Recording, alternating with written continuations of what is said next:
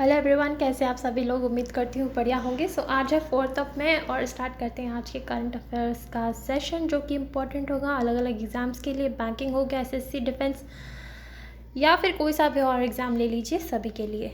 So start करते हैं हमारी पहली न्यूज़ के साथ, जो कि है कोल माइनर्स डे से रिलेटेड। जी हाँ, आ जाता है कोल माइनर्स डे, यानी कि 4 मई को आता है coal miners day to honour the coal miners. क्योंकि हम सभी जानते हैं माइनिंग का जो एरिया होता है उसमें जो कोल माइनर्स अंदर जाते हैं और उनके लिए कितना खतरा होता है, तो फिर भी वो अपने रिस्क डाल के वो सब काम करते हैं। तो उन्हें ऑनर देने के लिए हम ये वाला डे सेलिब्रेट करते हैं। And it is being one of the most dangerous professions.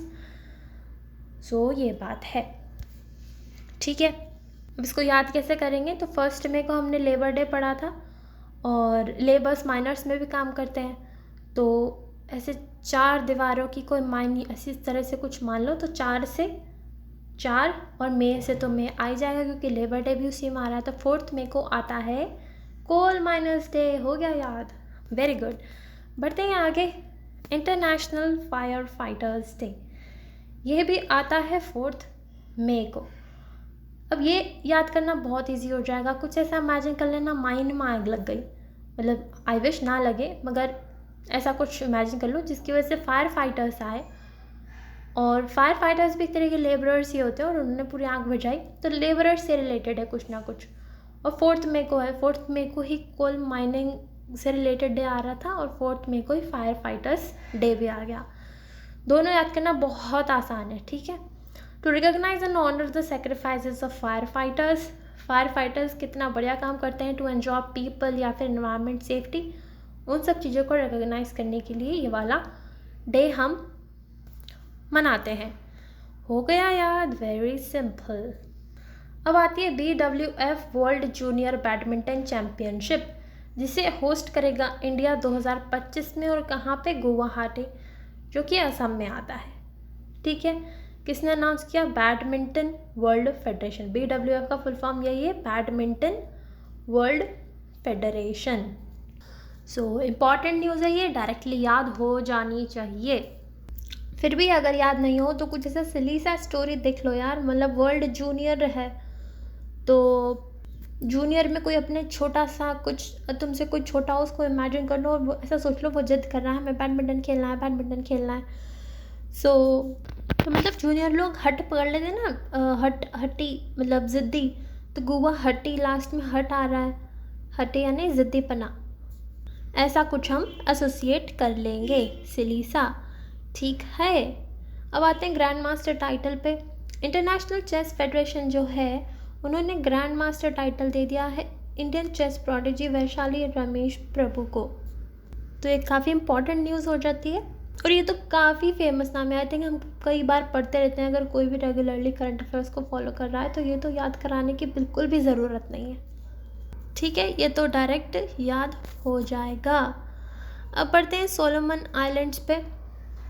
Solomon islands में जो प्राइम मिनिस्टर अपॉइंट किए गए हैं उनका नाम है जेरेमिया मानेले, और ये चाइनीज़ फ्रेंडली हैं थोड़े, तो यह थोड़ा हमारे लिए चिंताजनक है। पहले ये यहाँ के फॉरेन मिनिस्टर थे, अब प्राइम मिनिस्टर की तरह अपॉइंट किए गए हैं, ठीक है। और सोलोमन आइलैंड्स की कैपिटल क्या है बताना ज़रा मुझे नीचे कमेंट में लिख के, देखो कितना पढ़ते हो आप लोग। कहाँ पे थे हम? जेरेमिया मानेले पे। सोलो मैन आ रहा है इसमें, और यहाँ पे भी मैन आ रहा है, मानेले। किसी मैन को बोल रहा है अरे मानेले रे, मेरी कोई तो बात मानेले। इस तरह से कुछ याद कर लेना इसीलिए सा, और अपन को हो जाएगा याद। अब आते हैं राकेश सिंह जी पे, जो कि अपॉइंट हुए हैं as a CEO of Paytm money, जी हाँ। और वरुण श्रीधर ने स्टेप डाउन किया है। ये कैसे लाइन होगा? तो ऐसा सोच लो, पेटीएम बहुत ही फेमस प्लेटफॉर्म रहा है मनी ट्रांसफ़र करने के लिए।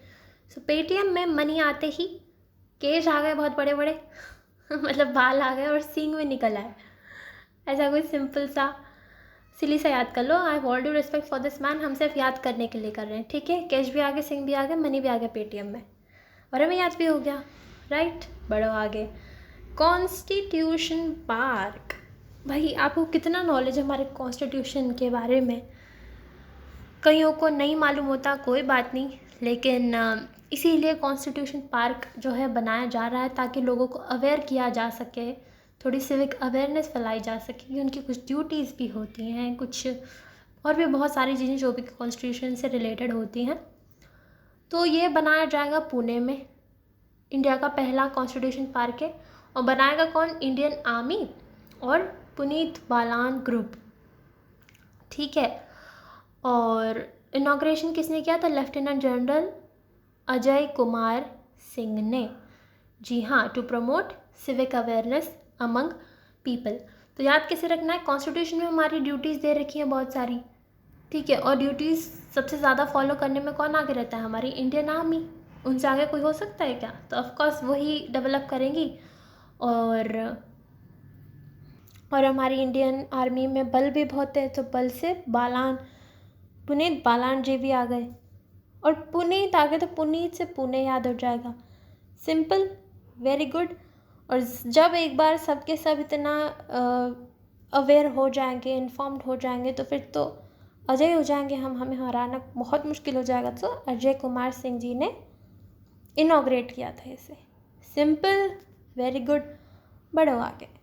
एफ आई क्या है? ये एक न्यू बैंक प्लेटफॉर्म है एपीफाई टेक्नोलॉजी प्राइवेट लिमिटेड का, और इसे लाइसेंस मिल गया है आरबीआई से, एनबीएफसी लाइसेंस मिला है, basically non banking financial company का लाइसेंस मिल चुका है फाई को। कैसे याद रहेगा? फाई से क्या होता है? फाइनेंशियल, लेकिन ये तो नॉन बैंकिंग फाइनेंशियल है, इसलिए इसमें दो ही बढ़ लिए, एफ आई, फाइनेंशियल से सिर्फ एफ आई, बिकॉज ये non banking financial company licence मिला है। इस तरह से कुछ भी ऐसा छोटा मोटा याद रख सकते हो, छोटा सा नाम है इसलिए नियो बैंक, नया नवेला नियो बैंक, कुछ ऐसा सिली सा बना के याद कर लेना, आई होप हो जाएगा, ज़्यादा टफ नहीं है। अब आते हैं ब्लड मिनरल्स पे। ब्लड मिनरल्स क्या है? नाम तो काफ़ी घातक लग रहा है। So basically democratic Republic of Congo नाम का एक नेशन है अफ्रीका में, जो कि सेंट्रल अफ्रीका में पड़ता है। वहाँ पे कुछ मिनरल्स मिलते हैं काफ़ी सारे, जैसे कि टैंटलम, टिन, टंगस्टन, जिन्हें ट्री भी बोलते हैं, और ये काम में आते हैं इलेक्ट्रॉनिक डिवाइसेस बनाने में। और ये अच्छी बात है, लेकिन प्रॉब्लम ये है इन मिनरल्स पे हर कोई अपना दबदबा बनाना चाहता है, इसलिए वो काफ़ी कन्फ्लिक्टिंग जोन्स में कन्वर्ट हो चुके हैं। वहाँ पे बहुत सारे आर्म्ड ग्रुप्स हैं, टेररिस्ट ग्रुप्स हैं, इनफैक्ट कुछ ग्रुप्स हैं जो बाहर के नेशंस ऑपरेट करते हैं वहाँ पे अपना दबदबा बनाने के लिए, और उसकी कीमत चुकानी पड़ती है वहाँ के लोकल्स को, क्योंकि उनसे ज़ोर ज़बरदस्ती से वहाँ पे काम कराया जाता है, उनके ह्यूमन राइट्स वायलेशंस होते हैं, मतलब बहुत ही उनके लिए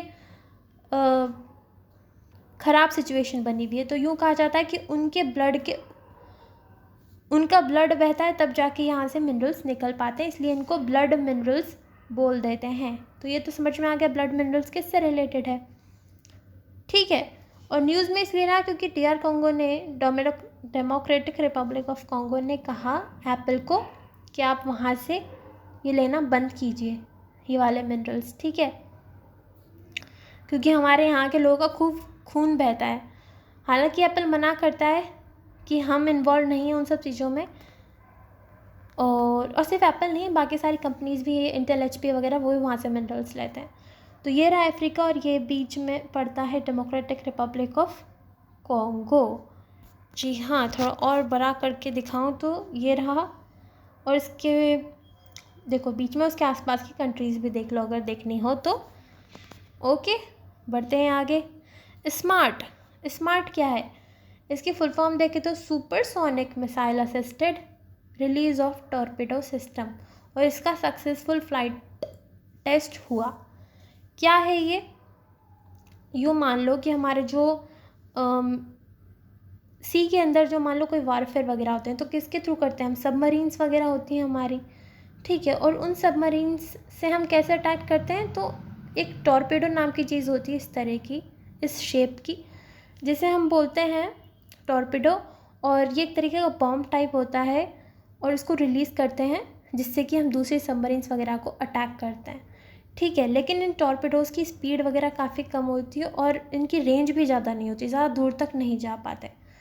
तो हमने क्या किया, इनको सुपरसोनिक मिसाइल से असिस्ट कर दिया जिससे कि ये काफ़ी आगे तक जा पाएंगे और हमारे मिलिट्री कैपेबिलिटीज़ को बढ़ा देंगे, ठीक है। तो इस सिस्टम को हमने टेस्ट किया है। It will bolster the Indian navy's anti submarine warfare capabilities beyond the conventional ranges of lightweight torpedoes, ठीक है। और वनडे एग्ज़ाम के लिए आई थिंक इतना इंपॉर्टेंट है। इसके अलावा ये कुछ एक्स्ट्रा इन्फॉर्मेशन है, इसमें कुछ एडवांस सिस्टम है जैसे कि कनिस्टर बेस्ड मिसाइल सिस्टम और भी काफ़ी सारे एडवांस सबसेट सिस्टम है, 2 stage solid propulsion system, electromechanical actuator system, precision and inertial navigation system. One day exam के लिए इसे याद नहीं रखें तो भी चलेगा, पहली वाली स्लाइड याद रख लेना बहुत है। And it signifies significant advancement in India's defence capabilities, ठीक है। सिंपल था, इतना ही था आज के सेशन में। I hope it help you learn. Thank you so much, have a nice day.